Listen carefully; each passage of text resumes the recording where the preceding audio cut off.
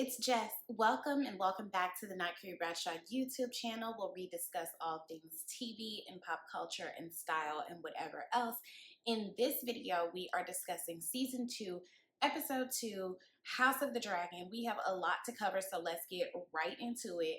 They killed that baby. They killed that baby because the Red Keep has weak ass security. They ain't got no ring cameras or nothing. So everybody is scrambling to find out what happened to this baby. Where were the guards and all of the things? One thing I can say about Aemon and Daemon match each other's freak.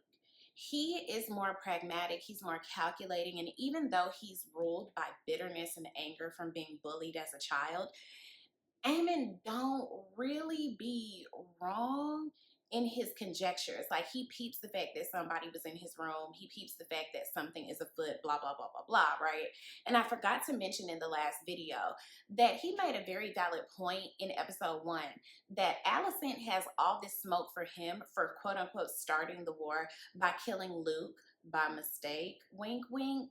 But they were planning to usurp the throne anyway. He might have got shit started. He might have started the party a little bit early, but the party was going to take place nonetheless.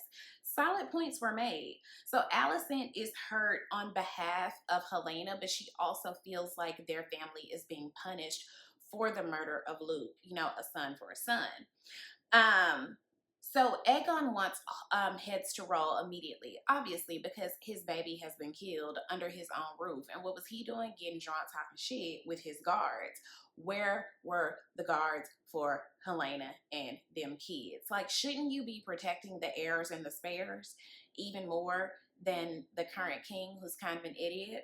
So they decide, so the council advises caution. They're like, we get it, but you need to be strategic about this. Let's get the gold cloak who committed the murder of Blood. Let's extract him for information. Like, it serves us no purpose to just immediately kill him. And I appreciate how Otto always comes at them with the truth and with strategy. And he's like, you know what? This is a good opportunity for us to win the small folk. We can vilify Rhaenyra, so anybody who was quietly rooting for her will realize, oh, she's evil. We don't even want to fuck with her no matter what the king said, right? So anybody that was shaky or on the fence, let's show the small folk our devastation. And Alicent and Helaena don't really want to be paraded around or used like that. But Otto was like, y'all better put them damn veils on and get out there and make this money. Put on this show. Let me tell y'all something. That funeral procession had me stressed out because I was convinced that baby was gonna fall off. Why would they have him on such a rocky road, knowing that we all gonna think, was that intentional? Did they want us to feel like the baby was gonna roll off of there? It was stressful. I could even seeing that little fake. Oh, that was stressful for me. I feel like that was a lot for us.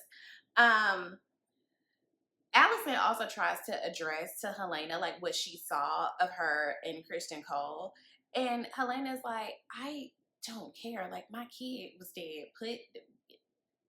My kid was murdered in front of me. Put this in his funeral pile. Like, get out of here. I don't care what you got going on. You and your box is your business. So during the interrogation, Blood reveals that he and the Ratcatcher were hired by Daemon. And I want to say that I fully support them letting Aegon go in there and get his rocks off.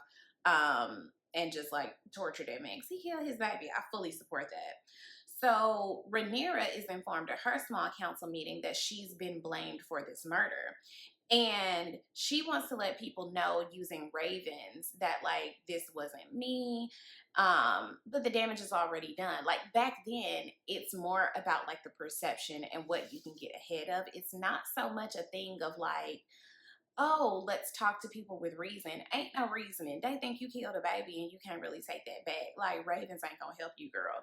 So their allies have already started distancing themselves. And Rhaenys is on to Daemon immediately. The glances across the table are so wild, so crazy. Like, Rhaenys clocks Daemon so quickly and don't be playing with him, which is why she is one of, if not my favorite character. She's a seasoned bad bitch. She's smart. She's aware of the patriarchy. She's made peace with the cards that she's been dealt. I love her so much. So Rhaenyra confronts Damon about the fact that, like, you had a baby killed. And he's like, girl, it was a mistake. I obviously didn't intend for it. And she's like, did you give them a plan B?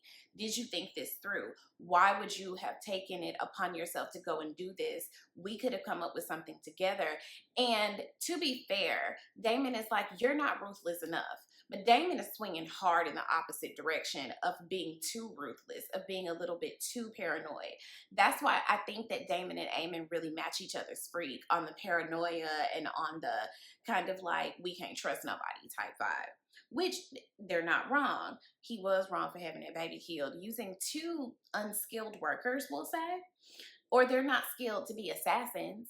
It's a rat catcher on a gold cloak who's disillusioned. Like, think it through. So they have this confrontation where Damon is telling Rhaenyra, your dad used you to make me jealous. He was punishing me for being the favorite. Okay, he didn't want to be outshined by me, so he named you as his heir to get back at me. And Rhaenyra is like, baby, it wasn't about you. He named me as heir because he named me as heir. She can't tell him about the Song of Ice and Fire yet. Like, he ain't ready for all that. So she can't say, this prophecy thing, right? And she's like, he made me heir because he couldn't trust you. This was never your throne. Do you accept me as your queen and ruler, or do you still see the throne as belonging to your brother as opposed to belonging to your wife? So they have this really big, confrontation, and there is no resolution. So he just sets to the skies for Harrenhal. It also only just occurred to me, like, why doesn't Damon have more interaction with his kids with Laena? That's very weird. Is it because they black? I don't like it. I tell you that. I don't like it. So Alicent, and Rhaenyra sends Baela to patrol King's Landing. Like, let us know what their movements are. We appreciate that our girl is being used to help the family out. Sorry, something just fell over there. Everything's fine. So Alicent is checking in with Christian to see if he told anybody about their tryst, because he's just looking for absolution. He wants to be forgiven for violating his vows, and like, babe, that ship has sailed. We're over. So Christian is so far gone in his shame that he starts projecting it onto one of the twins, right? So he starts questioning his loyalty. Where were you when everything went down? And he's like, babe, I gotta ask you the same question, where you was at. Don't ask questions that you're not prepared to answer yourself. Like, let's think it through. So he tells him, if you want to prove yourself, you need to sneak into Dragonstone and murder Rhaenyra. And it's like, you want me to do what? I don't really think. And it's like, do what I told you to do. So this man gotta go kill his own brother in addition to committing regicide. Like, girl, what? So, meanwhile, Aemond is in a house of ill repute, laying his burdens down with a mother-like figure, because we know Alicent is a shit mom. Like, I feel like she's only a good mother to Helaena, maybe a little bit. I'm not sure. She's so wrapped up in her own schemes and shit. It's just like, are you checking in with your kids? It's like, raise your kids. Anyway, and I appreciate this sex worker because she also takes this as an opportunity to say that, like, hey, regular people don't give a fuck what y'all got going on. We're the ones out here suffering. The small folk are out here starving because of Rhaenyra's blockade. They're not getting as much grain or fish or whatever, like produce, like, and whatever the rich people have, they're hoarding. They're not really like selling as much as they would, so there isn't as much food available. The smiths aren't being paid for the weapons that they're producing. Like, the war has created an economic standstill for the people of King's Landing, because when shit goes south, white people start hoarding wealth, rich people start hoarding wealth, as opposed to spreading it out. And what is that, guys? Capitalism. So we meet Hugh, who is the ironsmith who went to Aegon saying, like, hey, we need to be paid for the shit that y'all got us doing. And his daughter is dying, and his wife is like, we need to get the fuck on. We got to get out of here. Like, we can go stay with my brother. Like, they'll take us in. So meanwhile, Massaria, the White Worm, is brought to Rhaenyra. She's questioned. She's like, what role did you play in the assassination of my brother, nephew, grandchild? Oh, child, the incest got me all confused. What role did you play in helping Damon kill this baby? And she says, look, I just gave bro 2 names. Let me tell you something about me. I was sold, okay? I've been out here on the streets since I was a kid, taking care of myself. I don't really care what y'all rich people, nobles got going on. I now know that I ain't gonna never be considered as much of a human person as y'all. So I just be out here shaking and moving, doing what I can. I'm just trying to survive. You know Damon ain't shit. I used to fuck with Damon too, okay? He promised me my freedom in exchange for these names. And of course, now he done took off and left me to my own devices just like he did last time. You remember, you was there. So you gonna keep your word or what? Like, what we doing? Like, I did my best, right? And then for some reason, Rhaenyra acknowledges the scar around her neck, which is an emblem of slavery from where she was like chained and like sold or whatever.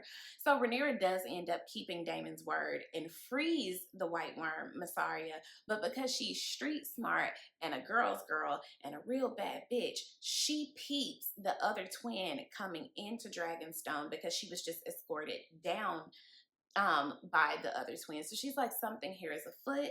We love a girl who's street smart, who's perceptive, who has discernment, who does the right thing.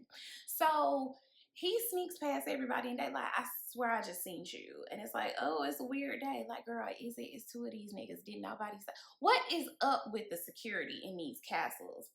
Ain't nobody thinking nothing through. Like, we are at war. We should be on high alert. Question everybody, question everything. They not doing that though. Here's what, and I know the answer to this is patriarchy and misogyny, right? But if Rhaenyra is going to be named a queen, why my girl don't know how to fight? I guess it's because like this whole thing is built upon people's loyalty to the throne. So everybody around her should be willing to lay down their life for her, right? To protect her. And I get that. But homegirl should know how to protect herself. Is that way that twin had her running around that room, crouching out. It wasn't giving queen behavior. It was giving, oh my God, I'm a helpless white woman. Like, moving forward, let's train all of our royals to be able to defend themselves in case some shit go down. You can't trust people like that. So, Aegon, I forgot to say, Aegon has all the rat catchers hanged. And that poor little dog would not leave Cheese's side. We are also rooting for that poor little dog. And Otto is absolutely disgusted. All the favor that they earned with the small folk, they now lost because you hanged all of these skilled workers, not knowing which one was actually responsible for the killing of your son.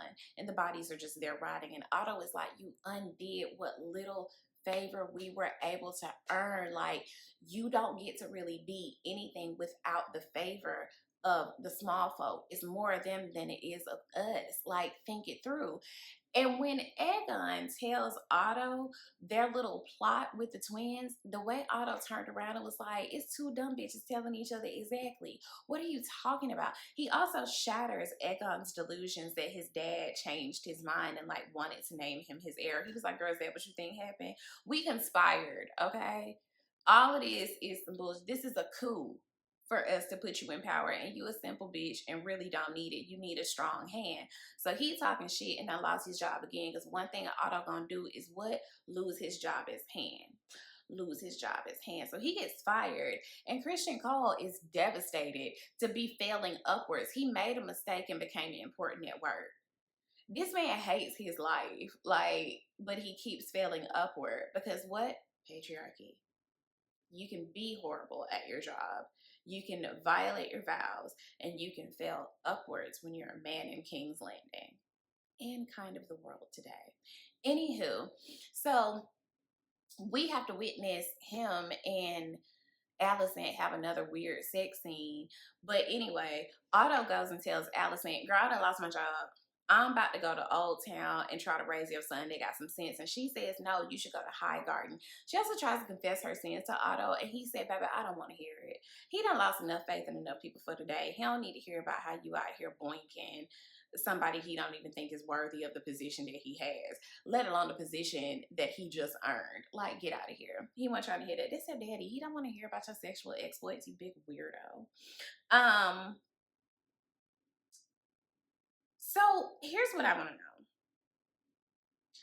Why did the twin that was loyal to Rhaenyra kill himself? Was it just immediate shame over having killed his brother? Did he feel responsible? Like, what was that? What was that? What was that choice? That made me kind of sad because it's like, bro, you did your best. You had to take yourself out of the game. Everybody did their best. He did. We live to fight another day. I didn't understand that choice, but that's okay. Again, the episode ends with a sex scene that nobody asked for. With Allison and Christian Cole. We could have been looking at literally anything else. And that's season 2, episode 2. Be sure to like and comment, subscribe, share, tell your friends to tell their friends to tell their friends. We're not quoting that man anymore. Let me stop. That we're over here talking about fun stuff on the Not Carrie Bradshaw YouTube channel. If you like what you saw here today, even if you didn't and you just have some extra coins, join my Patreon. Okay? Link is in episode description. Talk soon. Bye.